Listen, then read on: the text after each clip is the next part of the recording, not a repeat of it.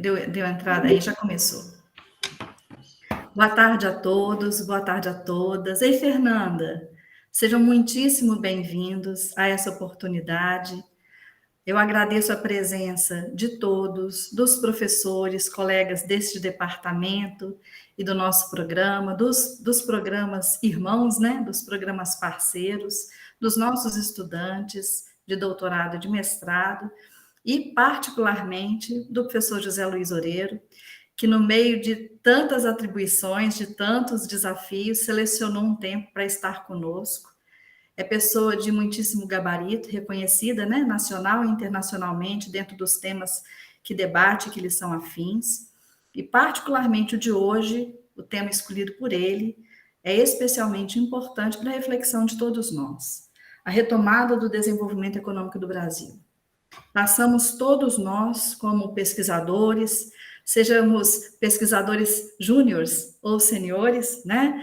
Passamos todos por um enfrentamento importante, né? Social, econômico, político, de entendimento do papel da ciência, da economia, da pesquisa em nosso país. Isso reforça a necessidade da gente pensar sobre. É muito importante não abrirmos mão das possibilidades de reflexão de temas dessa grandeza. Então, te agradeço, viu, professor José Luiz? Sei de verdade, sei não, né? Eu imagino o esforço para abrir esse espaço para estar conosco, e lhe sou imensamente grata, sobretudo nesse ano em que completamos 60 anos de programa, né? E é uma data, de fato, a comemorar com boas reflexões. Como quem fez a gentileza de me colocar em contato contigo foi um dos meus grandes amigos egressos desse programa, o professor Daniel Coronel, que já esteve recentemente aqui falando conosco, citando o senhor, inclusive, entre outros autores. Eu combinei com ele, achava correto que a participação dele seria importante aqui hoje. Então, ele vai fazer a sua apresentação e lhe passar a palavra. Daniel, a palavra é sua. Boa tarde a todos e a todas. É com grande satisfação que apresento o currículo do professor José Luiz Oreiro. O professor Oreiro possui graduação em Ciências Econômicas pela Universidade Federal do Rio de Janeiro, mestrado em Economia pela Pontifícia Universidade Católica do Rio de Janeiro e doutorado em Economia da Indústria e da Tecnologia pela Universidade Federal do Rio de Janeiro. Atualmente é professor associado nível 2 no Departamento de Economia da Universidade de Brasília, pesquisador nível 1B do CNPq, pesquisador associado do Centro de Estudos Econômicos do Novo Desenvolvimentismo da Fundação Getúlio Vargas de São Paulo, líder do grupo de pesquisa Macroeconomia Estruturalista do Desenvolvimento, foi presidente e fundador da Associação Keynesiana Brasileira, foi professor do Instituto de Economia da Universidade Federal do Rio de Janeiro, foi diretor do Centro de Pesquisas Econômicas da Universidade Federal do Paraná, foi vice-coordenador do Programa de Pós-Graduação em Desenvolvimento Econômico da Universidade Federal do Paraná, foi fundador e coordenador do Boletim de Economia e Tecnologia, tem experiência na área de economia, com ênfase em dinâmica macroeconômica, atuando principalmente nos seguintes temas: acumulação de capital, crescimento econômico, autonomia de política monetária, taxa de juros e dinâmica não linear. Publicou 130 artigos em revistas científicas no Brasil e no exterior. Está entre os 6% mais dos pesquisadores mais produtivos em economia do Brasil. É coorganizador dos livros Agenda Brasil, Políticas Econômicas para o Crescimento com Estabilidade de Preços, publicado pela editora Manoli, Sistema Financeiro, uma análise do setor bancário, publicado pela editora Campos, Política Monetária, Bancos Centrais e Metas de Inflação, pela editora da FGV, é autor do livro publicado pela editora da UFSM, A Teoria Econômica na obra de Bresser Pereira.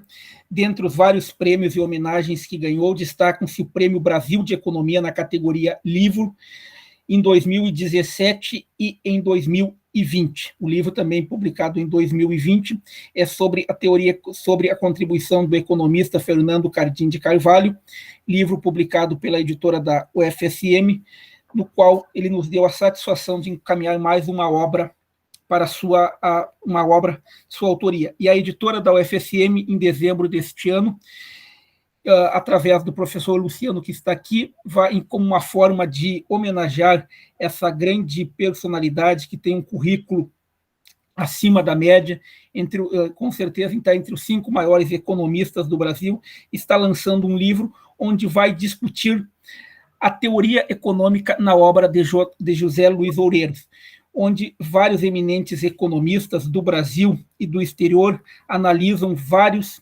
aspectos nessa pujante carreira acadêmica, com contribuições, com orientandos nas várias partes do Brasil e do exterior. Professor José Luiz Oureiro, boa tarde, e passo a palavra para o senhor. Uma satisfação sempre contar com a sua presença, com a sua rica reflexão. Muito obrigado. Bom, Daniel, muito obrigado pelas palavras.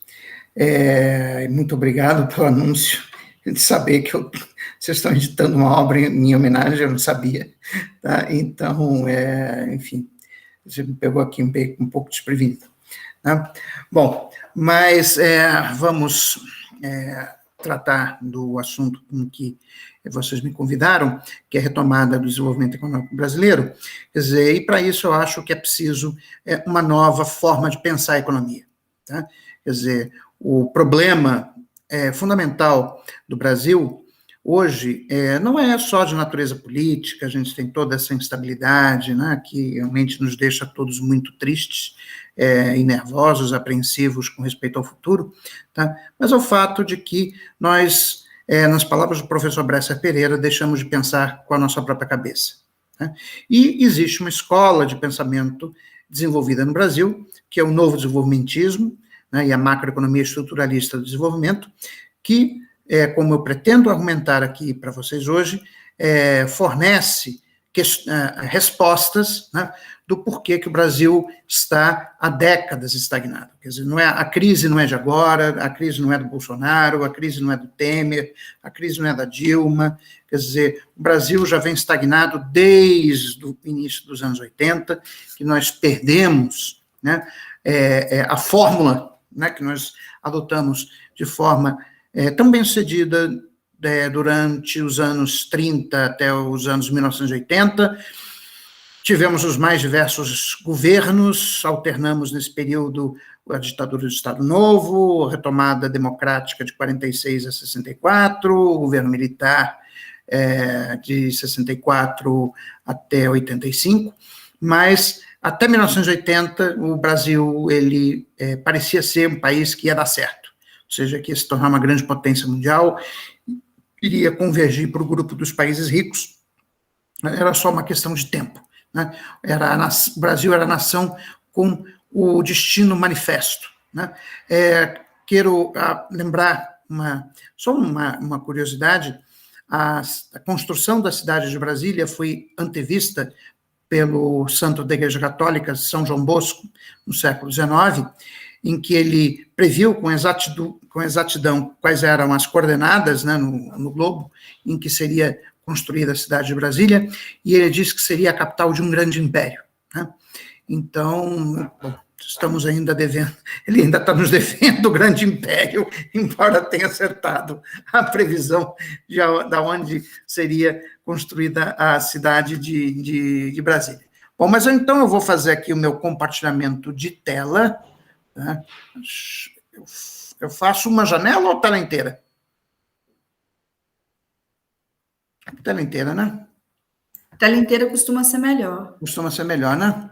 Tá, então vamos lá. Eu vou, então... Bom, eu imagino que vocês estejam conseguindo ver meus slides. Sim, perfeitamente. Tá bom, muito obrigado. Então, o tema da minha apresentação é o novo desenvolvimentismo como alternativa para um projeto nacional de desenvolvimento com equidade social. Né? Eu quero apenas fazer a propaganda do meu grupo de pesquisa, do qual o professor Daniel Coronel é parte, né, que é o grupo de pesquisa Macroeconomia Estruturalista do Desenvolvimento. Nós temos, como é hoje em dia, um grupo internacional, nós temos um site em inglês, né, cujo título é Structuralist Development Macroeconomics Research Group. As fotos que vocês podem ver da esquerda para a direita são John Robinson, Nicholas Calder, Michael Kalecki, Joe Maynard Keynes, Arthur Lewis, Raul Prebisch e Celso Furtado. O endereço do nosso site é www.sdmrg.com.br. Bom, essa primeira lâmina mostra para a gente o que eu posso chamar de ascensão e queda do Brasil. Né? Essa figura mostra a taxa de crescimento do PIB per capita na média móvel decenal no período de 1930 a 2017. Né?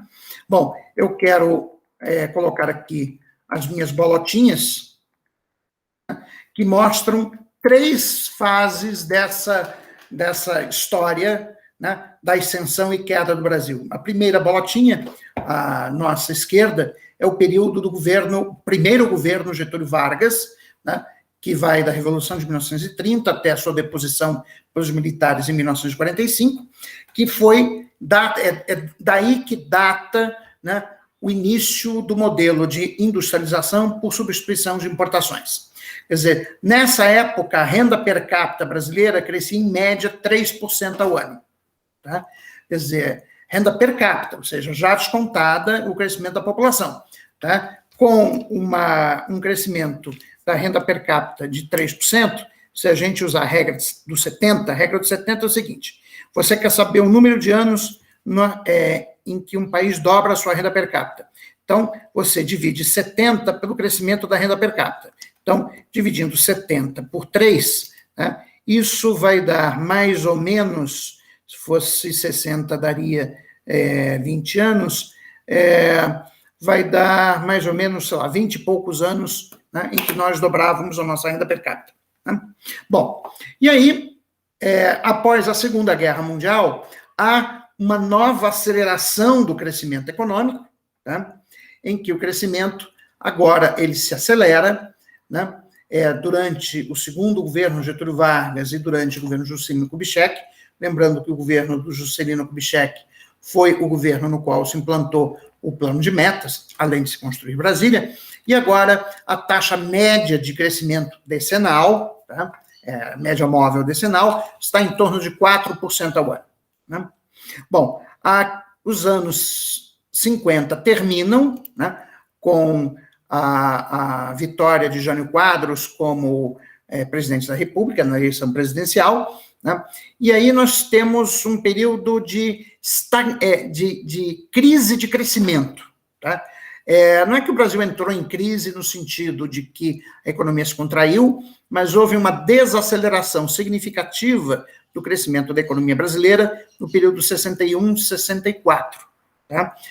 Inclusive, em 1963, a economia brasileira vai crescer apenas 0,9% ao ano. Tá? Existem diversas interpretações sobre esse período de crise de crescimento.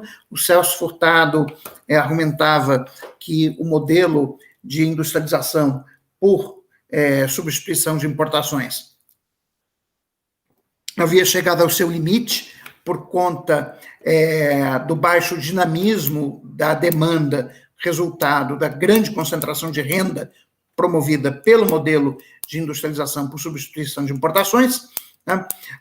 A Conceição Tavares e o José Serra argumentavam que era simplesmente uma crise cíclica, ou seja, decorrente da maturação da enorme massa de investimentos feita durante o plano de metas. Bom, mas enfim, nós tivemos essa crise de crescimento na primeira parte dos anos 60, o que certamente criou um ambiente econômico propício para o golpe civil-militar de 1964. Né? E aí nós temos a primeira parte do governo militar, que é de 64 a 74, em que nós temos uma nova aceleração do crescimento. Né? Nesse período que nós temos o milagre econômico, né, que vai de 68 a 73, em que o Brasil vai apresentar taxas médias de crescimento superiores a 11% do PIB, 11% ao ano, desculpe, são taxas chinesas de crescimento, né? É o período áureo, né, do processo de desenvolvimento econômico do Brasil. Tá? Então, em 1977, a média móvel decenal da taxa de crescimento da renda per capita tinha chegado a 7% ao ano. Pela regra dos 70, com uma taxa de crescimento da renda per capita de 7% ao ano, a renda per capita brasileira dobraria ao espaço a cada 10 anos, né? Ou seja, era um ritmo bastante acelerado de crescimento. Se ele tivesse sido mantido, o Brasil hoje seria um país completamente diferente do que foi. Bom, mas ocorre o primeiro choque do petróleo em 1973, né, e o governo militar adota uma estratégia, né, que eu considero equivocada, que foi do segundo Plano Nacional de Desenvolvimento, em que, ao invés de continuar, né, o movimento de promoção de exportações que foi adotado no período de 68 e 73, durante a gestão do ministro Delfim Neto, na pasta da Fazenda, o governo decide aprofundar o processo de substituição de importações, né, basicamente por intermédio da construção maciça de plataformas de petróleo, para reduzir a dependência do Brasil com respeito ao petróleo importado, também a substituição, né, de importação de bens de capital por produção doméstica. Então, o Brasil ele aprofunda, né, o modelo de substituição de importações. E, para fazer isso, ele tem que lançar mão de um maciço endividamento externo. Quer dizer, a dívida externa brasileira, que em 1973 era da ordem de 7 bilhões de dólares, em 1979 tinha aumentado 10 vezes e estava em 77 bilhões de dólares. Bom, no final dos anos 70, nós temos o segundo choque do petróleo. Esse segundo choque do petróleo leva ao aumento da inflação nos países envolvidos, principalmente nos Estados Unidos, e esse aumento da inflação, ele vai coincidir com uma mudança na presidência do Federal Reserve, em que o Paul Volcker assume a condução da política monetária nos Estados Unidos e dá um enorme choque de taxa de juros. Então, nós temos, no final dos anos 70, início dos anos 80, um duplo choque se abatendo sobre a economia brasileira, que era uma deterioração dos termos de troca, devido ao aumento do preço internacional do petróleo, junto com o aumento dos serviços da dívida externa. Bom, o primeiro país a pedir default foi a economia mexicana, né? E com isso abre-se a crise da dívida externa, ainda no governo Figueiredo, né? Ele chama novamente o Delfim para o cargo de ministro da Fazenda. O Delfim dá duas maxi desvalorizações, quer dizer, uma primeira em 1981, que não foi capaz de elevar a taxa real de câmbio, porque se seguiu a uma aceleração inflacionária exatamente da mesma magnitude, mas uma segunda máxima de desvalorização em 83, essa funcionou, a economia estava desaquecida, então a inflação não acompanha a desvalorização da taxa de câmbio, e com isso a taxa real de câmbio se desvaloriza e nós conseguimos, então, aumentar as exportações e, com isso, sair da crise, né? Mas o custo disso foi, dado que a economia brasileira era indexada, né, desde o PAEG, do Plano de Ação Econômica do Governo, implantada durante a gestão Campos Bulhões no início do governo militar, os choques de taxa de câmbio se traduziam automaticamente em aceleração da inflação, e então o primeiro governo civil, né, depois do governo militar, o governo Sarney, teve que lidar o tempo todo com a questão da alta inflação. Ele o fez por intermédio de choques heterodoxos, com congelamento de preços e salários, tablita de conversão de contratos, o fato que nenhum desses instrumentos foi bem sucedido, né? E aí tivemos a primeira eleição presidencial com o Fernando Collor, que resolveu, então, mudar o nosso modelo econômico. Quer dizer, até então, o modelo da nova república seria uma continuidade do desenvolvimentismo, do Vargas, do Juscelino Kubitschek, etc., né? Temperado, óbvio, né? Agora com a questão social, mas o Collor representa uma ruptura, né? No modelo de desenvolvimento. O Collor vai fazer um modelo de desenvolvimento puxado pelo mercado, não mais pelo Estado. Ele iria abrir a economia, tanto do ponto de vista comercial, como do ponto de vista da conta de capitais, do balanço de pagamentos, né? Bom, ele não é bem sucedido, no que se refere à estabilização da inflação, como nós já sabemos, e isso leva ao seu impeachment e ao governo Itamar Franco, que chama, então, o sociólogo Fernando Henrique Cardoso como ministro da Fazenda, e o Fernando Henrique Cardoso inicia o Plano Real, basicamente com a ajuda dos economistas da PUC Rio de Janeiro, tá? Baixa, Malan, André Lara Rezende, Pécio Arida, Gustavo Franco, e o Plano Real consegue, finalmente, né, domar a inflação, reduzindo a inflação em 2, 3 anos para 1 dígito ao ano, né? Então, a inflação tinha sido resolvida. No início dos anos 90, também a crise da dívida externa havia sido resolvida com o Plano Brady. Então, a expectativa das pessoas em 1995, era a minha expectativa, no caso, né? Eu já tinha 24 anos na época, eu estava fazendo mestrado na PUC, era de que, bom, tivemos uma década perdida, que foi os anos 80, foi uma bagunça, teve crise da dívida externa, teve alta inflação, etc, etc, mas agora o Brasil vai deslanchar. E parecia realmente, se vocês pegarem as taxas de crescimento de 93, 94, 95, realmente foram taxas bastante altas de crescimento, na faixa de 5, 5,5% ao ano do PIB. Mas em 96, 97, 98, esse crescimento se desacelera, tá? Temos a crise do Sudeste Asiático, a crise da Rússia, a nossa própria crise, porque nós fizemos a estabilização com base numa âncora cambial, e o governo Fernando Henrique termina com o apagão, né, de 2001, que, pelo visto, vai se repetir este ano, né, mas isso, então, põe as condições objetivas para a eleição do primeiro presidente de esquerda da história do Brasil, que é o presidente Luiz Inácio Lula da Silva. Bom, durante os 2 mandatos do presidente Lula e os 2 primeiros anos da presidente Dilma, há uma nova aceleração do crescimento da renda per capita. Em 2013, o crescimento da renda per capita, na média móvel decenal, chega a 3% ao ano, conseguindo igualar a performance do primeiro governo Getúlio Vargas. Mas essa aceleração do crescimento foi um voo de galinha, porque a partir de 2012, o crescimento da economia brasileira volta a se desacelerar, continua se desacelerando, na média móvel decenal, em 2016, já estava abaixo de 1% ao ano. Em 2020, nós fechamos com um crescimento da renda per capita negativo na década de 2011 a 2020. Então, esta é a história da ascensão e queda do Brasil.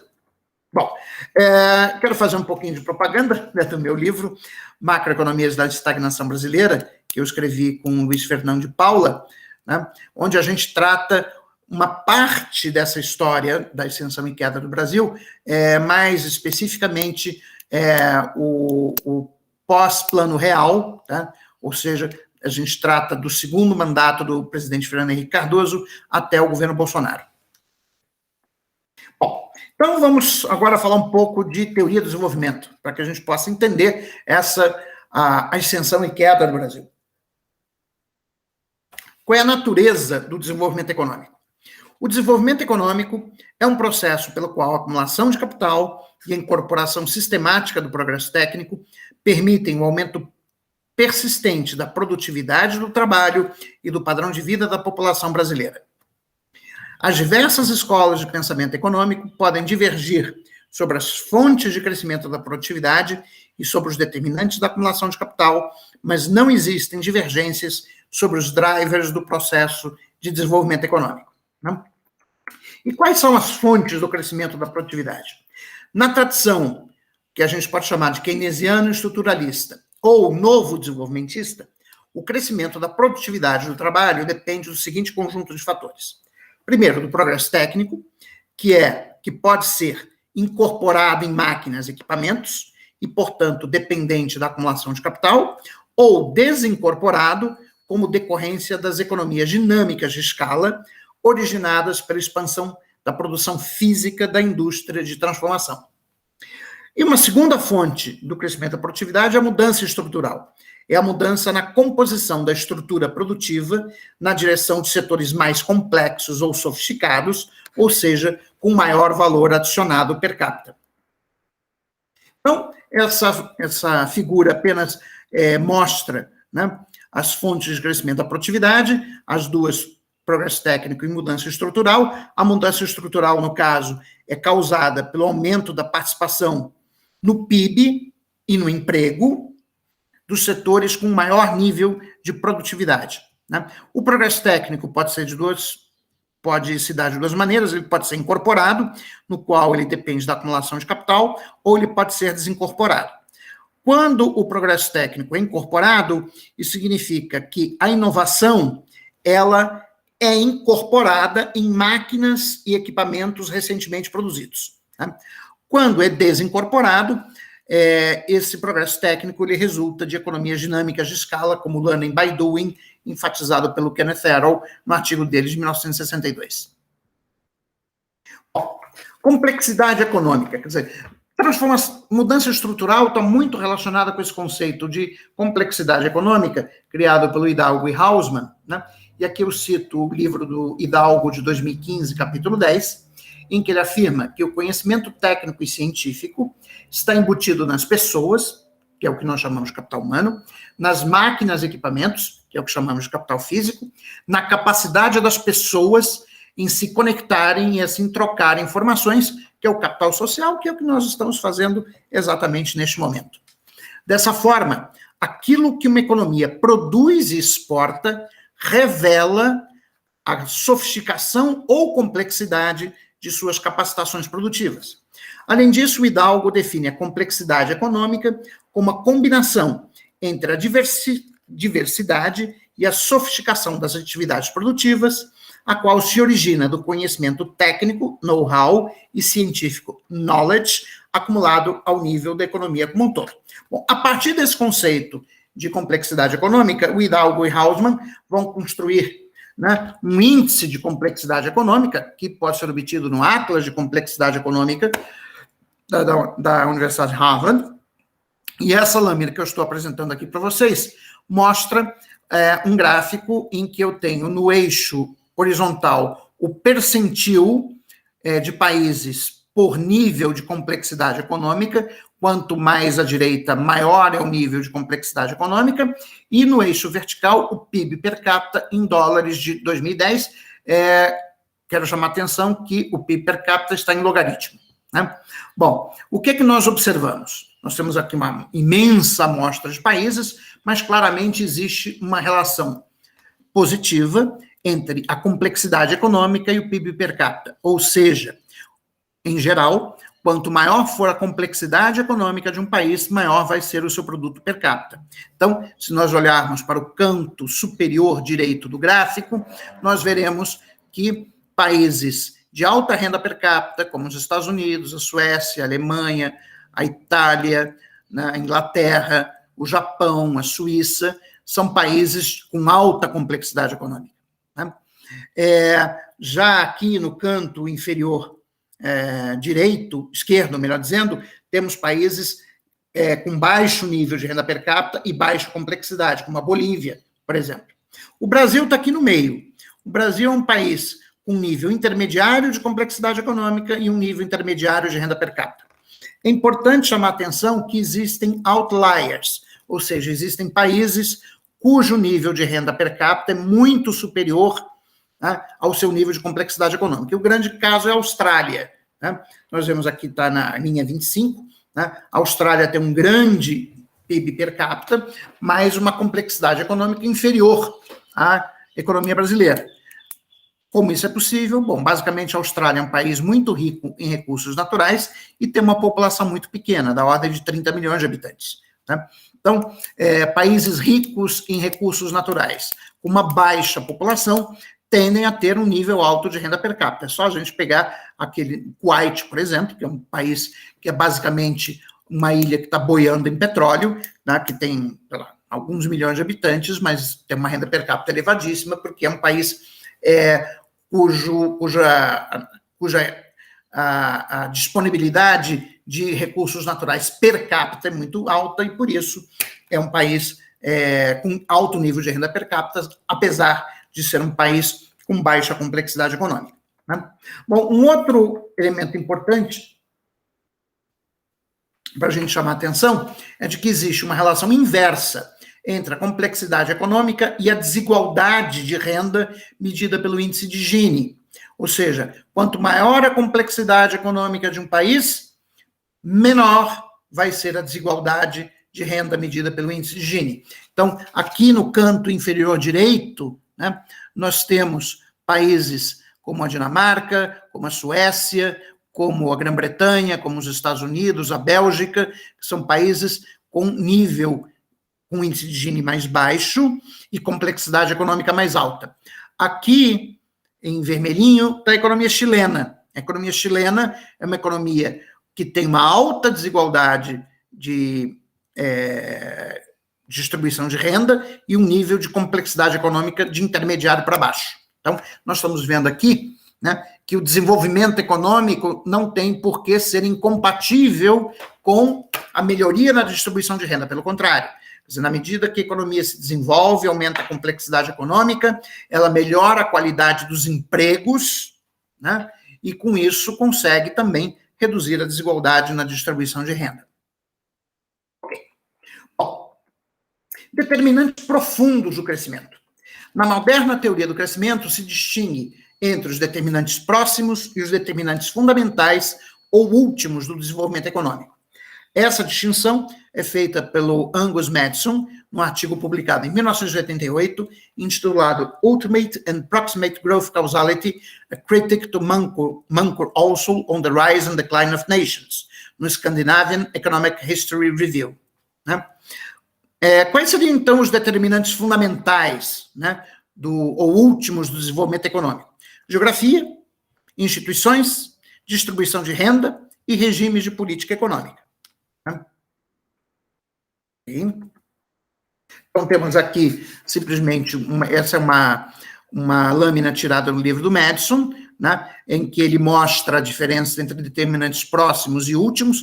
Essa equação aqui mostra os determinantes próximos da renda per capita, né, que é o Y sobre P. Então, a renda per capita depende dos recursos naturais, depende do capital humano, depende do estoque de capital físico e depende do fluxo de bens, serviços e fatores de produção procedentes do estrangeiro. Esses são os determinantes próximos. Agora, o que explica os determinantes próximos? E aí nós temos dois conjuntos de fatores: as instituições nacionais, ideologias, pressões de grupos de interesses socioeconômicos, acidentes históricos, a política econômica nacional, a natureza da ordem econômica internacional, ideologias exógenas, pressões ou perturbações de vizinhos amigáveis ou não. Bom, e aonde o novo desenvolvimentismo se insere nesse debate? O novo desenvolvimentismo, também conhecido como Consenso de São Paulo, desculpe, ato falho, pode ser entendido como uma abordagem para os determinantes profundos do desenvolvimento econômico, no qual a política macroeconômica é vista como a causa causans dos diferenciais de crescimento de longo prazo entre os países, notadamente os países de renda média. Nesse contexto, a sobrevalorização da taxa de câmbio é vista como obstáculo fundamental aos países de renda média para realizar a estratégia de alcançamento, catching up, em inglês, com respeito aos países ricos. Né? Bom, o fundador da escola, o professor Bresser Pereira, né? A escola foi originada das obras seminais do Bresser, é um artigo de 2006, publicado na revista São Paulo em Perspectiva, e 2 livros, um em 2007, que se chama Macroeconomia da Estagnação, publicado na editora 34, e o livro de 2009, Globalização e Competição, publicado pela editora Campos. Não? Então, nessas obras, o novo desenvolvimentismo é definido como um conjunto de propostas de reformas institucionais e de política econômica, pelas quais os países em desenvolvimento médio buscam alcançar o nível de renda per capita dos países desenvolvidos. Essa estratégia de recuperação baseia-se explicitamente na adoção de um regime de crescimento liderado pelas exportações de manufaturados, né, no qual a promoção das exportações de produtos manufaturados induz a aceleração do ritmo de acumulação de capital e a introdução do progresso técnico e de mudança estrutural. Para que isso seja possível, a taxa de câmbio real deve ser mantida em um nível competitivo, a médio e longo prazo, o que requer a concepção de um regime de política macroeconômica que neutralize a sobrevalorização crônica da taxa real de câmbio observada nesses países, como resultado dos efeitos combinados da doença holandesa, que nós veremos na sequência, e das entradas de capital externo devido à adoção de uma estratégia de crescimento com poupança externa. Bom, aqui nós temos as fotos dos principais expoentes do novo desenvolvimentismo, o professor Bresser, eu, Nelson Marconi e o professor Paulo Galo. Aqui nós temos as duas principais obras da escola em inglês. À direita nós temos o manual, publicado pela Routledge, que foi escrito pelo Bresser, por mim e pelo Nelson Marconi, chamado Developmental Macroeconomics, New Developmentalism as a Growth Strategy, foi publicado em 2014, e o livro à direita é uma coletânea de artigos de uma série de workshops realizados pela Fundação Getúlio Vargas, no período de 2012 a 2013, cujo título é Financial Stability and Growth, Perspectives on Financial Regulation and New Developmentalism, foi editado pelo Bresser, pelo Ian Kregel e pelo Leonardo Bulamark. Bom, então, quais seriam as proposições fundamentais do novo desenvolvimentismo? Primeiro, o desenvolvimento econômico é um processo cumulativo de elevação dos salários reais e do padrão de vida da população, que é viabilizado pelo aumento da produtividade do trabalho, que decorre do progresso técnico incorporado em novas máquinas e equipamentos e da transformação estrutural da economia, com a migração de trabalhadores de setores com menor valor agregado por trabalhador para os setores com maior valor agregado por trabalhador. Nesse contexto, a taxa de crescimento da produtividade depende, portanto, da taxa de crescimento do estoque de capital por trabalhador e da evolução da estrutura produtiva ao longo do tempo. Segundo, proposição, o ritmo de crescimento da produção é determinado pelo crescimento da demanda autônoma que não cria capacidade, ou seja, o novo desenvolvimentismo estende para o longo prazo o princípio da demanda efetiva do Keynes. Quando Keynes anuncia o princípio da demanda efetiva na teoria geral, quer dizer, basicamente, o que nós temos é um modelo do multiplicador, né, em que o investimento, o nível de renda é um múltiplo, né, do volume de investimento. Né? Só que o modelo do Keynes é um modelo para o curto prazo, marshalliano, e para uma economia fechada. No longo prazo, não faz sentido você tomar investimento como autônomo, porque ele se ajusta no longo prazo ao crescimento da demanda. Afinal de contas, as empresas, elas investem para ajustar o tamanho da sua capacidade ao crescimento esperado das vendas. Né? Então, o investimento se ajusta no longo prazo ao ritmo de crescimento da demanda, de modo que ele não pode liderar o crescimento da produção, mas é puxado por ele. Bom, isso posto, em uma economia aberta, que não tem moeda de reserva internacional, o crescimento da produção só será sustentável no longo prazo se for liderado pelo crescimento das exportações. Se o motor do crescimento da demanda autônoma for a demanda interna, por exemplo, os gastos do governo, mas pode ser também o consumo das famílias, a trajetória de crescimento será interrompida mais cedo ou mais tarde por uma crise no balanço de pagamentos. Terceira proposição, o ritmo de crescimento da produção não se limita aos fatores do lado da oferta, uma vez que o ritmo de crescimento do estoque de capital, o crescimento da força de trabalho e o crescimento da produtividade se adaptam a longo prazo ao ritmo de crescimento da demanda autônoma que não cria capacidade. Quarta proposição, no longo prazo, o balanço de pagamentos também não é uma restrição ao crescimento, porque aqui, lembrando do modelo do Tyrrell, de crescimento com restrição de balanço de pagamentos, quer dizer, o modelo Tyrrell, a taxa de crescimento compatível com o equilíbrio do balanço de pagamentos é igual à razão entre a elasticidade de renda das exportações e a elasticidade de renda das importações multiplicada pela taxa de crescimento da economia do resto do mundo. Tá? Bom, só que no modelo do Tyrrell, as elasticidades de renda são consideradas como parâmetros que dependem da estrutura da economia. Só que o modelo desenvolvimentista é mais geral que o modelo do Tyrrell, no sentido de que ele incorpora a mudança estrutural na sua análise, e, portanto, na medida que eu tenho mudança estrutural, não tem por que os parâmetros, que são as elasticidades de renda das exportações e das importações, sejam constantes. Então, elas, na verdade, se adaptam à evolução da estrutura produtiva da economia. À medida que a estrutura produtiva evolui no sentido de maior sofisticação ou complexidade, segue-se que a razão entre a elasticidade de renda das exportações e das importações aumenta, permitindo, assim, uma taxa de crescimento maior, compatível com o equilíbrio do balanço de pagamentos. Sobre a natureza endógena das elasticidades de renda, ver o meu artigo, publicado em 2016, no Review of Keynesian Economics, o texto para discussão que eu escrevi com o Nelson Marconi e Eliane Araújo, que está no site do Instituto de Economia da FRJ em 2016, e o artigo do Fabrício Mício e outros em 2017. Bom, quinta proposição. A restrição ao crescimento de longo prazo é dada, no caso de economias que possuem recursos naturais abundantes, como é o caso do Brasil, pela tendência crônica de sobrevalorização cambial decorrente da doença holandesa e dos fluxos de capital externo. Né?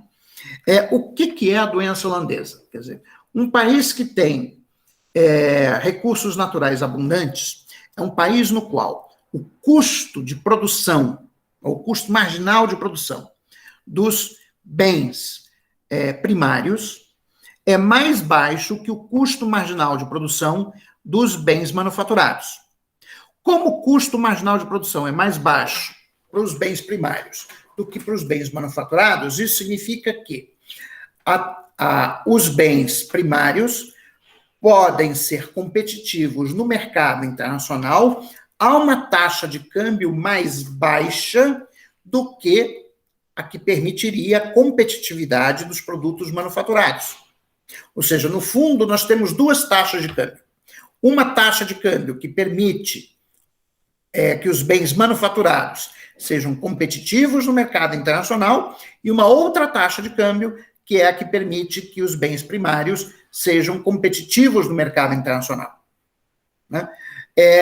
Via de regra, a taxa de câmbio vai tender para o nível dado pelos produtores mais eficientes, que, no caso, são os produtores de bens primários. Por isso que, se o governo não intervir no regime cambial, tá, para impedir a sobrevalorização do câmbio, né, o que vai acontecer é que a taxa de câmbio vai ficar mais próxima do nível que garante a competitividade da produção e exportação de bens primários do que aquela que permite a competitividade da produção e exportação de bens manufaturados. Esse problema foi detectado pela primeira vez por um economista argentino, Marcelo Diamond, num artigo de 1972, e que ele falava sobre a economia argentina, e dizia que o problema da economia argentina é que ela tinha uma estrutura produtiva desequilibrada, que é exatamente esse sentido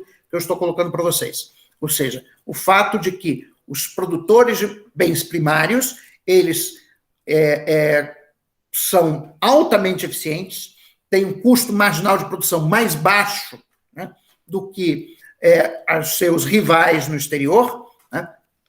Daí o fato de ser um país rico em recursos naturais, quer dizer, o custo marginal de produção do petróleo na Arábia Saudita é muito mais baixo, né, do que o custo marginal de produção de petróleo no Brasil. Né?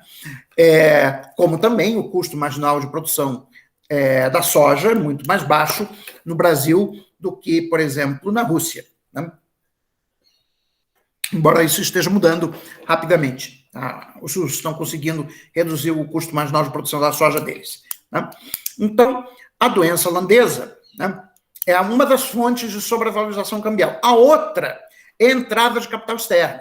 Quer dizer, desde o Plano Real, que o Brasil tem adotado uma política deliberada de atração de capitais externos por intermédio de uma taxa de juros mais alta do que é compatível com o equilíbrio dado pela taxa de juros internacional e prêmio de risco país. Quer dizer, a ideia, no fundo, sempre foi a ideia da âncora cambial. você põe uma taxa de juros mais alta do que a taxa de juros de equilíbrio. Com isso, você atrai capitais. Ao atrair capitais, você sobrevaloriza o câmbio. Ao sobrevalorizar o câmbio, você consegue reduzir a inflação. Tá? Então, que é o que o Bresser chama de modelo de crescimento com poupança externa. Bom, a atuação conjunta desses dois fatores atua para interromper e, na sequência, reverter o processo de sofisticação produtiva, o que produzirá uma redução na taxa de crescimento da produtividade, sendo a principal causa da armadilha de renda média para alguns países em desenvolvimento, como o Brasil e a Argentina. Para o caso brasileiro, eu recomendo o meu artigo publicado em 2018 na PSL Quarterly Review, e o meu artigo publicado com o Luciano D'Agostini em 2017 no Journal of Post-Keynesian Economics. Bom, aqui agora alguns dados. Esse gráfico mostra a média móvel dos últimos 5 anos da taxa real efetiva de câmbio para a série manufaturados e exportações, né? De janeiro de 94 a março de 2015, nós vemos que, tirando um breve período entre 2002 e 2004, a tendência da taxa de câmbio foi permanecer em nível bastante baixo, né? Essa segunda lâmina mostra para a gente a evolução da taxa real efetiva de câmbio, que está em azul, e a participação da indústria de transformação no PIB. Ou seja, o que a gente observa é que um movimento de apreciação da taxa real de câmbio está intimamente relacionado com a perda de importância da indústria de transformação no PIB, aí no período 2003-2010. Né? Bom, sexta proposição do novo desenvolvimentismo, essa talvez seja a menos compreendida, né, porque parece contraintuitiva, mas a ideia de que a poupança doméstica e a poupança externa são substitutos e não complementares. Aqui é importante chamar a atenção de que o novo desenvolvimentismo, ele adere ao princípio da demanda efetiva do Keynes, ou seja, a poupança agregada é determinada pelo investimento, mas a composição da poupança, coisa que o Keynes não tratou na teoria geral, depende do nível da taxa real de câmbio. E a poupança, ela se divide então entre poupança doméstica e poupança externa. Poupança externa é simplesmente o saldo, né, da conta de transações correntes do balanço de pagamentos com o sinal trocado. Tá? Então, quando eu tenho superávit na conta corrente do balanço de pagamentos, a minha poupança externa é negativa. Quando eu tenho déficit na conta de transações correntes do balanço de pagamentos, é que eu sim tenho a tal poupança externa. Pois muito bem, o aumento da poupança externa, que é resultado da valorização do câmbio real, está associado a uma redução da poupança doméstica, justamente o contrário do que propõem os defensores do modelo de crescimento com poupança externa, que, na visão deles, eles têm uma visão que é uma visão de poupança prévia, ou seja, a poupança que determina o investimento e não o contrário. Então, na visão dos defensores do modelo de crescimento com poupança externa, o Brasil investe pouco porque poupa pouco, então, para que a gente possa aumentar investimento, tem que aumentar a poupança, como a poupança doméstica é baixa, tem que atrair poupança externa. Esse é o argumento.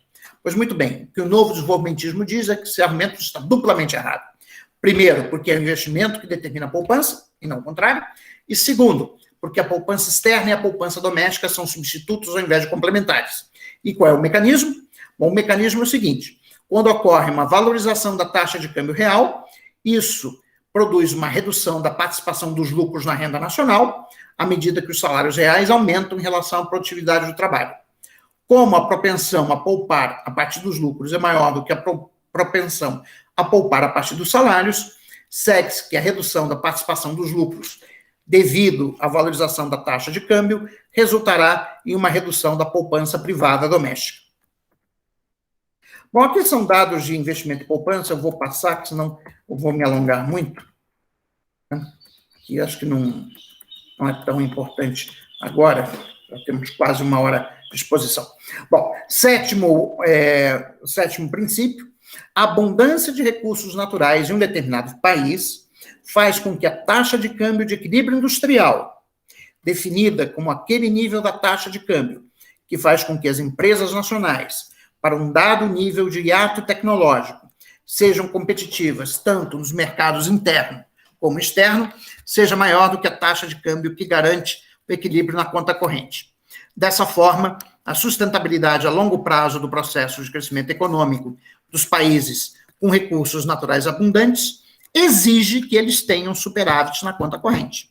Isso é uma coisa que as pessoas não entendem quando o Bresser fala, dizia, não, temos que ter uma meta de superávit em conta corrente. Por quê? Porque o Brasil sofre de doença holandesa, porque é um país rico em recursos naturais. Se o Brasil tiver equilíbrio ou déficit na conta de transações correntes, é porque a taxa real de câmbio está abaixo da taxa de câmbio de equilíbrio industrial, né? Então, para que a taxa de câmbio seja competitiva para a indústria nacional, ela tem que estar significativamente acima da taxa de câmbio de equilíbrio em conta corrente, e o que significa que o Brasil, o país, vai operar com superávit em conta corrente no balanço de pagamentos. Se o país não tiver superávit na conta corrente do balanço de pagamentos, isso é um sinal claro e inequívoco de que a taxa de câmbio está sobrevalorizada. Oitava proposição, a adoção de uma estratégia de crescimento com poupança externa por muitos países em desenvolvimento de renda média, principalmente na América Latina, na década de 1990, foi outra fonte de sobrevalorização do câmbio real. O crescimento com poupança externa exige que os formuladores de política estabeleçam o nível das taxas de juros domésticas em nível mais alto, ao que corresponde a soma da taxa de juros internacional e do prêmio de risco do país. Esse diferencial de taxa de juros induz as entradas de capital estrangeiro, resultando em superávit no saldo da conta de capital do balanço de pagamentos e uma valorização da taxa de câmbio real em relação ao nível do saldo de conta corrente. A adoção dessa estratégia requer a liberalização financeira, que foi feita lá no governo Collor, principalmente liberalização da conta de capital, que foi iniciada no governo Collor e continuada no governo Fernando Henrique Cardoso, devido à eliminação dos controles de capital. Bom, pessoal, era isso que eu tinha para apresentar para vocês hoje, tá? Espero que, enfim, tenha sido uma apresentação clara e que, enfim, a gente agora possa debater um pouco. Tá? Muito obrigado. Muitíssimo obrigada, professor. Foi muito clara a sua exposição. A gente agradece muitíssimo. Eu fiz várias anotações aqui, mas de hábito a gente passa, depois do agradecimento, para o público. Se alguém tem alguma consideração, algum questionamento, alguma reflexão acerca do que foi dito. O Wallace está te parabenizando, professor, pela explanação. Alguém tem alguma consideração, alguma pergunta? Não fiquem tímidos, eu não morro. Uma pergunta, professora. Sim. Fique à vontade. David é o representante dos nossos estudantes de pós-graduação, professor. Ok. Boa tarde, professor. Muito obrigado pela explicação. Foi uma coisa sucinta, né? Várias preposições, tudo. E eu tenho, na verdade, uma pergunta que acaba se desdobrando em duas. A primeira é quando o senhor fala do período da ditadura militar, o senhor cita ali o segundo PND, e o senhor coloca que foi um erro, né, da política econômica, o segundo PND. E eu me lembro das minhas aulas de economia brasileira contemporânea lá, a turma toda discutindo, e realmente a gente vendo o que o segundo PND trouxe para a economia brasileira depois, em questão de dívida, e a década de 80 também, a gente concorda, né, que o segundo PND foi ali uma coisa complicada. Entretanto, a gente faz um exercício lá que se o segundo PND ele veio para completar o processo de industrialização brasileiro, que foi iniciado ali, que nem o senhor falou, Getúlio Vargas, Juscelino Kubitschek, teve o primeiro PND, mas o segundo PND trouxe a possibilidade do Brasil conseguir produzir bens de capital, que até aquele momento era algo um pouco difícil, né? E aí, a minha dúvida será que se o Brasil não tivesse levado a cabo o segundo PND, como o senhor falou que não deveria, será que a situação da complexidade econômica brasileira não seria ainda pior hoje? E eu pergunto isso porque quando o senhor coloca ali o gráfico entre renda per capita e complexidade, de um lado, do lado esquerdo, lá mais para baixo, a gente tem ali a Bolívia e outros países, e eu pergunto ao senhor, será que o Brasil não estaria com uma complexidade econômica muito mais próxima da Bolívia, caso a gente não tivesse feito o esforço de concretizar o segundo PND, de realizar o segundo PND? Uhum. Essa é a minha primeira pergunta, professor. Você não quer fazer logo a segunda? Pode ser também. E a segunda é sobre o quinto princípio, a quinta proposição que o senhor colocou sobre a doença holandesa, e que quando um país ele é abundante em recursos naturais, isso tende a trazer mais recursos, né, porque ele vai exportar aquele recurso para o mercado internacional, e isso tende a naturalmente valorizar a taxa de câmbio.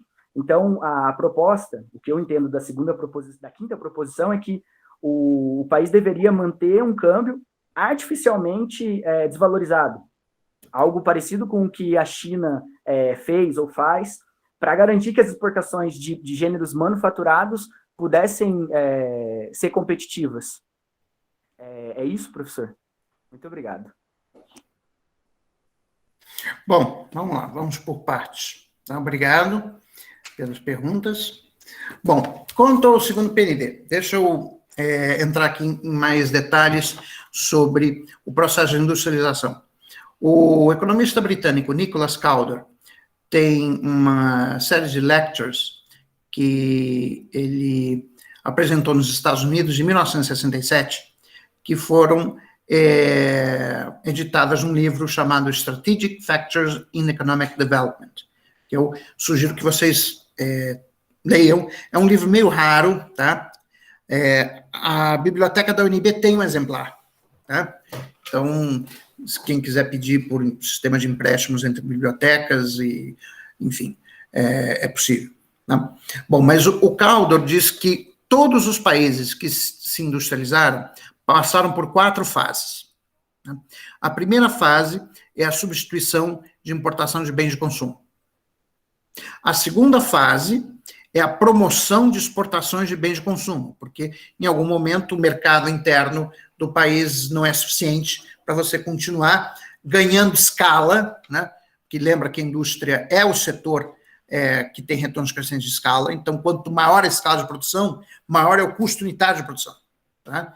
Então, você precisa passar para a fase de promoção de exportação de manufaturados.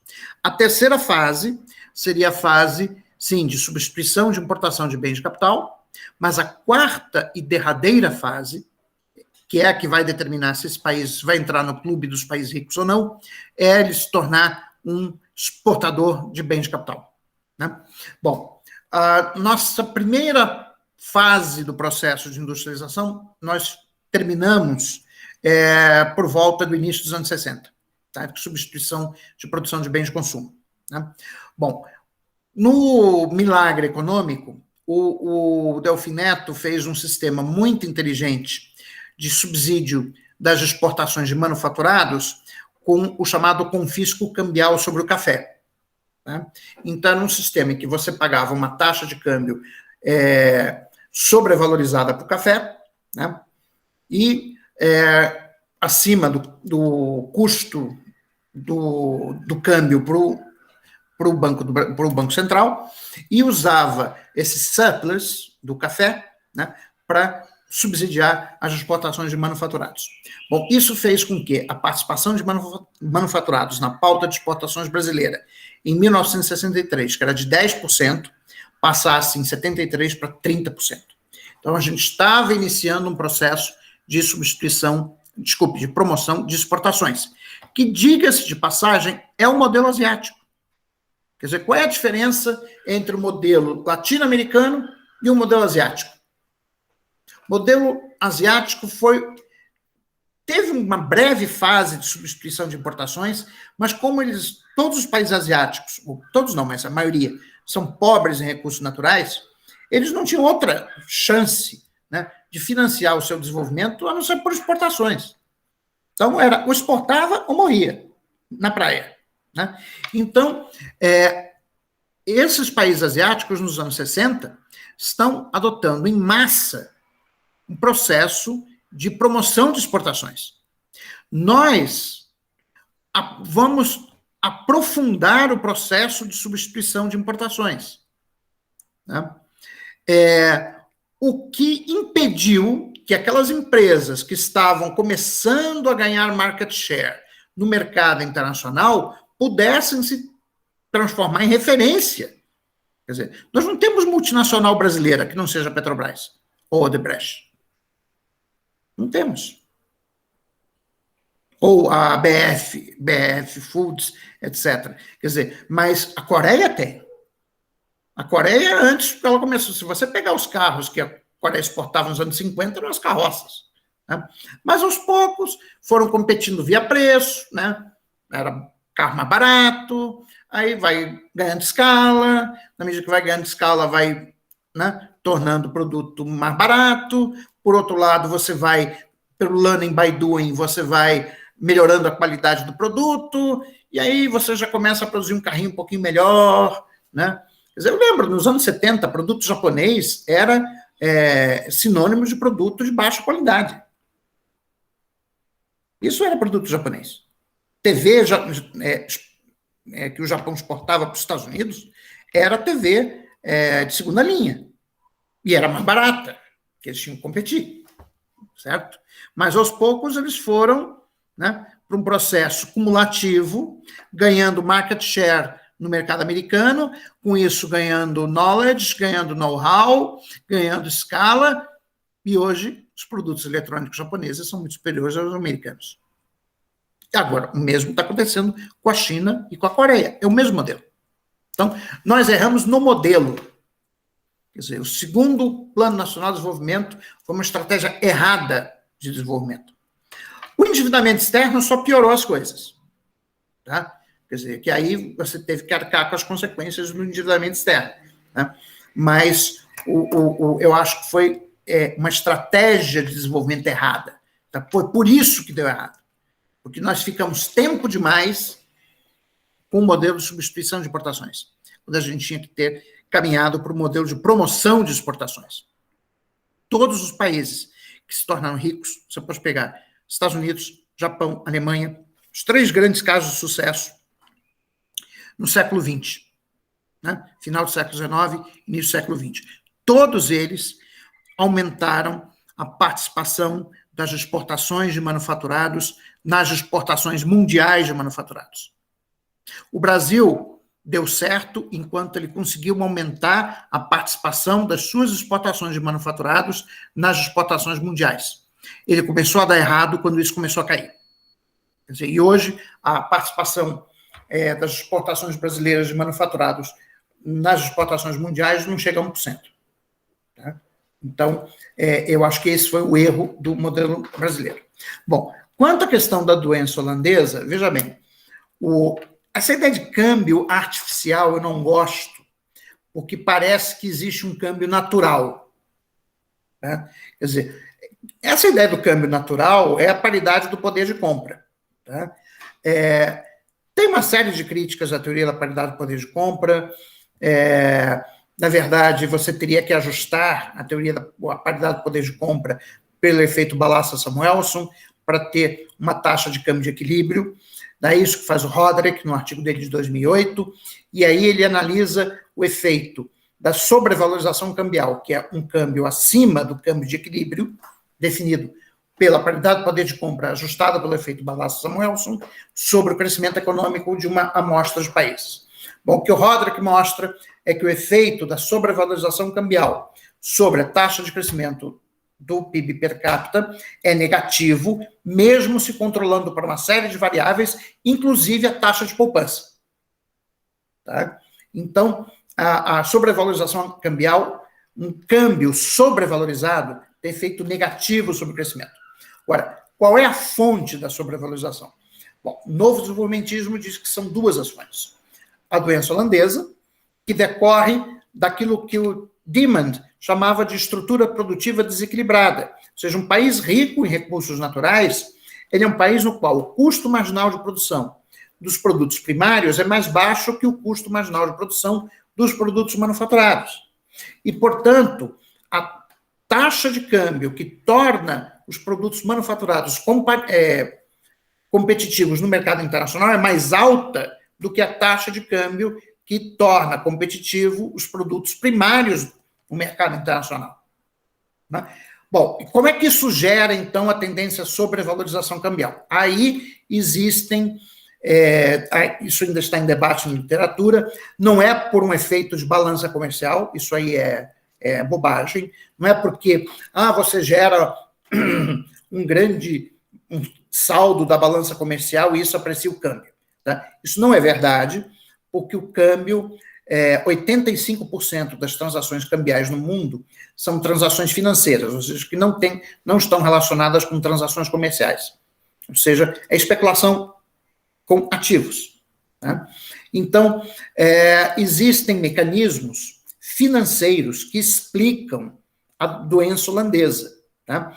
Então, por exemplo, os mercados financeiros trabalham muito com convenções. Então, e eles ganham na arbitragem, né? Prevendo qual vai ser o comportamento do preço dos ativos. Então, uma convenção é que países como Brasil, Austrália, Canadá, etc., são países de money commodity, ou seja, moeda cujo valor está atrelado ao valor das commodities do mercado internacional. Então, quando o preço das commodities sobe, a expectativa dos agentes do mercado financeiro é que a taxa de câmbio de países como Brasil, Austrália, África do Sul, etc., se aprecie. E eles, então, tomam posições em portfólio que acabam produzindo esse efeito. Ok? Então, então esse é o ponto, tá? De como é que a doença holandesa ela pode gerar sobrevalorização da taxa de câmbio. A China adota, de fato, uma taxa de câmbio fixa com o dólar. Tá? É um crawling peg. Tá? De vez em quando os americanos perturbam muito a paciência deles, eles dão uma valorizadinha só para dizer, tudo bem, tal. Mas eles têm uma política cambial muito clara e, mais importante, eles têm controle de entrada de capitais. A China não é um lugar onde você pode chegar com malas de dólares e simplesmente fazer o que você quiser. Tá? Isso tem controle. Vai investir na China? Sim, com quem? Quem é o parceiro chinês que você vai fazer? Onde você vai fazer? Não é assim. Tá? Então, a China é um país que tem um imenso controle de capital. A conta de capitais chinesa ela é bastante fechada na comparação com a conta de capitais no Brasil. Espero que eu tenha respondido as tuas duas perguntas. Respondeu sim, professor. Muito obrigado. Muito bom. Obrigada, David. Obrigada, professor. Alguém mais tem alguma consideração, alguma pergunta? Não? Ex-alunos presentes? Eu vou fazer duas ponderações. Você nos deu material de pensar e foi bom gravar, porque a gente vai reassistir, professor.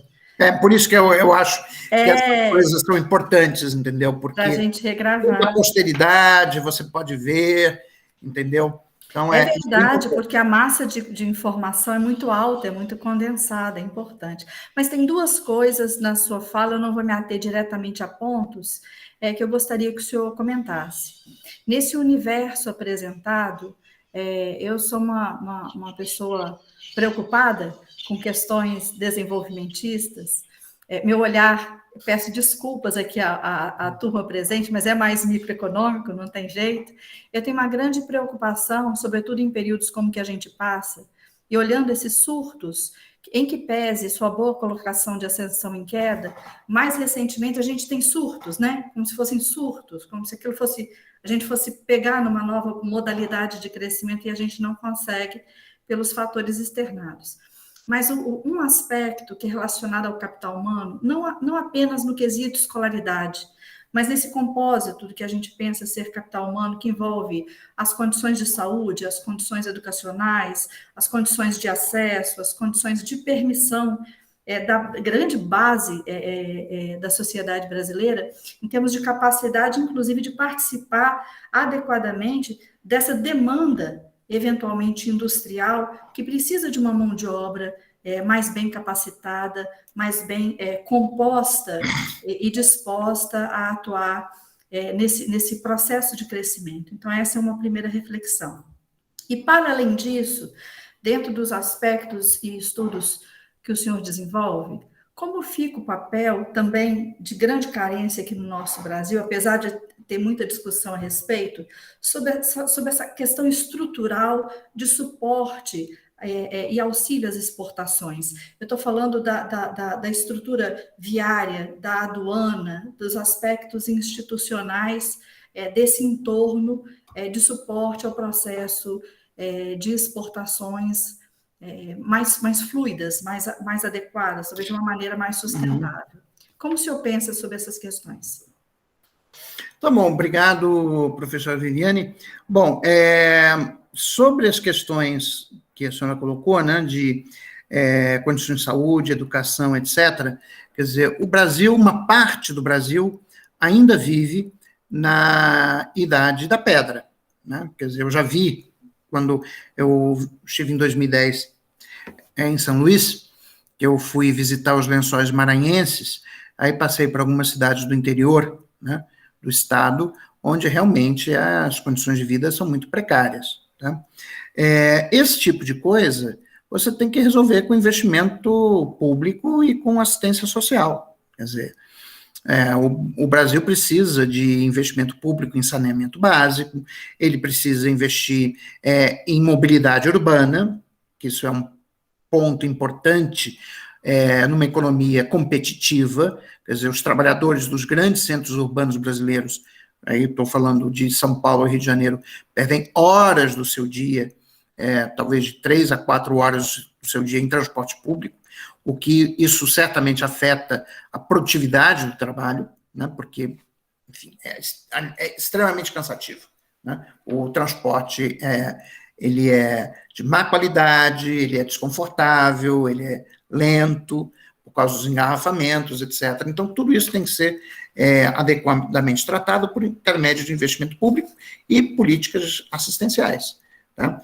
Quer dizer, nesse aspecto, eu acho que uma inovação importante trazida durante os governos do PT foi a constituição dos institutos federais. Tá? Os institutos federais, do qual a minha mulher é professora, ela é professora do Instituto Federal de Goiás, né? Os institutos federais fazem uma integração entre o ensino médio e o ensino superior. Né? E nas instalações do Instituto Federal, por exemplo, que eu visitei aqui no Campus Gama, do Instituto Federal de Brasília, quer dizer, lá você tem laboratórios de física, de biologia, de culinária, etc., onde os alunos podem ter treinamento prático. Quer dizer, eu, quando fiz meu ensino médio, eu estudava química lendo um livro, mas eu não fiz experimento no laboratório. Quer dizer, eu acho que isso é muito importante, quer dizer, para o desenvolvimento cognitivo e o desenvolvimento de capacitação profissional, que você tenha essas aulas práticas de física, de química, né, de biologia, de culinária, ou que seja. Tá? Então, nós precisamos de mais instituições como os institutos federais, e não menos. Tá? Nesse sentido, a fala recente do ministro da Educação foi um desastre, tá? Quando ele disse que a universidade é para poucos, ele está errado. Quer dizer, primeiro, porque não viu os números, quer dizer, a média da população, percentual da população brasileira que tem ensino superior é de 20%, enquanto que nos países desenvolvidos é de 40%. Tá? Então, é verdade que não vai ser todo mundo que vai ser engenheiro, que vai ser físico, que vai ser economista, administrador, advogado, muitos vão trabalhar na indústria, tá? Como técnicos, mas mesmo assim, o ensino, o percentual da força de trabalho que tem ensino superior no Brasil está abaixo dos países ricos. Tá? E o número de anos de escolaridade da população com mais de 25 anos é muito baixo. Tá? Então, que esse é o conceito relevante. Quando você quer discutir capital humano, a variável fundamental é o número de anos de escolaridade da população, número médio de anos de escolaridade da população com mais de 25 anos. Tá? Então, a gente está muito abaixo dos países envolvidos. Então, a gente ainda precisa investir muito em educação. Tá? Isso é fundamental. Tá? Quanto à questão de carência estrutural de auxílio às exportações, bom, nós temos uma infraestrutura que é um desastre. Quer dizer, as estradas brasileiras são muito ruins, né? Nós deveríamos ter mais ferrovias para escoar a produção, tá? Deveríamos ter mais galpões, né, de armazenamento de grãos, etc., para impedir a perda, inclusive de safra agrícola. Nossos portos são primitivos, tá? São muito lentos, né? É só você olhar, por exemplo, na Baía de Guanabara, para quem estiver visitando o Rio de Janeiro, olha a Baía de Guanabara e você vê aquele monte de navios ancorados na Baía de Guanabara, esperando a sua vez, né, de poder atracar no porto e aí desembarcar ou embarcar a mercadoria que tem para transportar. Então, nós temos uma logística muito ruim. Né? E isso tem que ser feito pelo setor público. O setor privado pode ser um parceiro complementar. Eu não tenho nenhum problema ideológico com investimento privado, só que esse tipo de investimento, né, a parte do leão tem que ser feita pelo setor público. Entendeu? Então, se a gente não fizer isso... e o nosso sistema de impostos, quer dizer, a reforma tributária que, enfim, tinha a PEC 45, de autoria do deputado Baleia Rossi, que iria racionalizar pelo menos o nosso sistema de impostos indiretos, beneficiando a indústria, porque hoje a indústria brasileira é o setor de atividade que mais paga imposto, né? Os serviços e o agronegócio pagam muito pouco imposto, então o que a PEC 45 ia fazer era dar um tratamento de equidade horizontal entre os setores, no sentido de que todos os setores iam pagar uma carga de IBS, de Imposto de Bens e Serviços, similar, né? Isso foi abandonado, aí o Guedes pegou a bandeira da esquerda de usar, né, o imposto de renda para fazer política de distribuição de renda, até teve uma ideia mais ou menos boa, mas isso foi destruído no relatório da reforma tributária, e o que vai sair dessa reforma é uma perda de arrecadação com imposto de renda da ordem de 60 bilhões de reais. Aí eu não entendo, porque o governo diz que o dinheiro acabou e ele está renunciando a 60 bilhões de reais. Então, realmente, o Brasil está vivendo num universo paralelo em que as discussões de política econômica não têm a menor racionalidade. Bom, dado o presidente que nós temos, não é muita surpresa. À vontade, Daniel. Professor Oreiro, parabéns pela explanação. Oreiro, eu queria que tu comentasse uma questão que é importante a gente destacar, uma importante ideia que hoje vários economistas, até liberais, estão defendendo, mas o precursor aqui no Brasil foi o senhor e o professor Bresser, foi a questão do financiamento da dívida para os gastos com a pandemia. Vários artigos que o ano passado tu fez sobre isso, mostrando que, enquanto o governo dizia que não poderia aumentar o reajuste, o ajuste emergencial, não poderia fazer várias coisas para fazer frente aos efeitos dessa pandemia, uma proposta muito interessante que tu fez foi sobre que o governo poderia, através do Tesouro e do Banco Central, uma operação em conjunto, financiar os gastos. Tem uma expressão muito interessante que tu usou: a gente não pode fazer isso eternamente como se não existisse amanhã, mas em momentos de crise é uma alternativa. Eu acho que isso foi hoje, depois que tu defendeu isso aí, até o André Lara Rezende, que é um economista liberal, a ideia dele é mais, de uma certa forma, uma cópia do argumento que defendeu. Acho que era bom se pudesse falar um pouquinho para a gente sobre isso. Então, Daniel, quando você estava, como a gente estava no passado, num ambiente de taxa de juros próxima de zero, a Selic estava em 2%, na prática, a moeda e a dívida pública são substitutos perfeitos entre si. Tá? Então, você pode perfeitamente financiar os gastos do governo, seja com emissão de dívida, seja com emissão de moeda. A emissão de dívida, qual é a diferença entre financiar com emissão de moeda e emissão de dívida? É que a moeda também é uma dívida do governo, só que é uma dívida com prazo de resgate no dia do juízo final.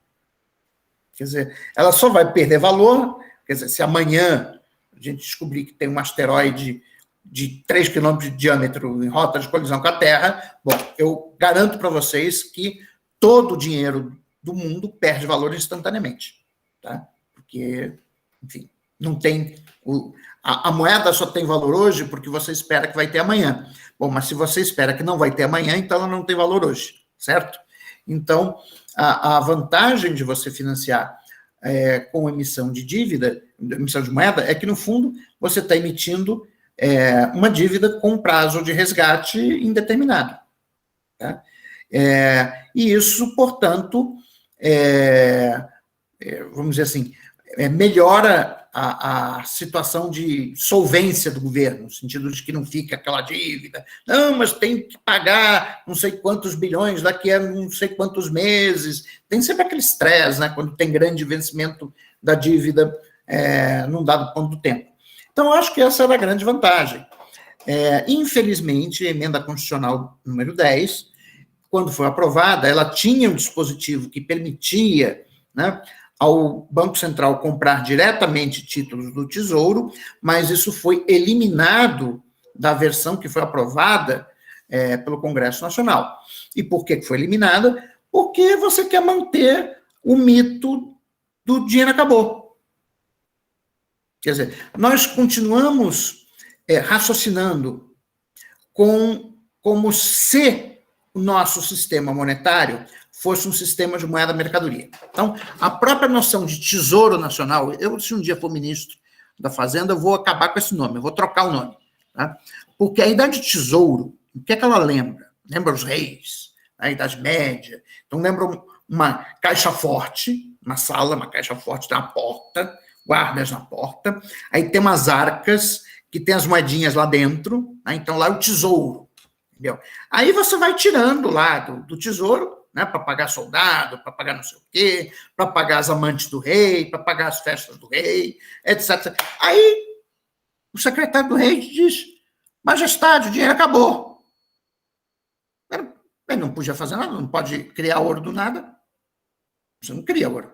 Você pode mandar o pessoal mandar bala na extração de ouro, mas você não cria ouro. Só que a moeda moderna não é assim. A gente continua raciocinando como se estivéssemos num sistema de padrão ouro. Nosso sistema monetário já mudou há mais de 100 anos. E nós continuamos presos às ideias antigas, como dizia o John Maynard Keynes, que o maior perigo não são as ideias novas, mas são as ideias antigas, que se ramificam por todos os cantos da nossa mente. Né? Então, as pessoas ainda acham que o dinheiro acaba. O dinheiro não acaba. O dinheiro não pode acabar. Quando você tem dívida denominada na moeda em que você imprime, né, não existe restrição financeira. O que pode existir é uma restrição de capacidade produtiva. Aliás, teremos uma em breve com a crise energética. Vai ser uma restrição bonita de capacidade produtiva, porque vai faltar energia. Aí não adianta imprimir moeda, mas não é um problema de financiamento, é um problema de restrição física. Ou seja, não teremos energia elétrica suficiente para atender às necessidades da sociedade brasileira. O déficit estimado, a partir de novembro, é muito grande, é de 5 gigawatts. Podemos, talvez, importar alguma coisa, melhorar a eficiência de algumas usinas, eu não sei o que o governo está fazendo, do meu ponto de vista, não está fazendo nada, está empurrando o problema com a barriga e está rezando, né, para que Deus mande a chuva no momento certo, no montante certo e no lugar certo. Né, porque não adianta ficar chovendo no Rio de Janeiro, porque chove no Rio de Janeiro vai para o mar. Tá? Então, não adianta. Tem que chover aqui no Centro-Oeste e em Minas Gerais, é onde tem que chover, em São Paulo. Tá? Se não chover muito forte nesses lugares, choveu muito no Nordeste, não adianta. Choveu muito no Norte, não adianta. Choveu muito no Rio de Janeiro, não adianta. Então tem que chover no lugar certo, no tempo certo, né? E na quantidade certa. Está praticamente pedindo um milagre. Então, é isso. Muitíssimo obrigada, Daniel, meu amigo querido, professor José Luiz Oreiro. A gente se aproxima das 5h30 da tarde. Eu fiquei sabendo hoje que o professor está saindo de férias, então nós somos o derradeiro compromisso da véspera, e te agradeço mais uma vez imensamente o tempo disponibilizado.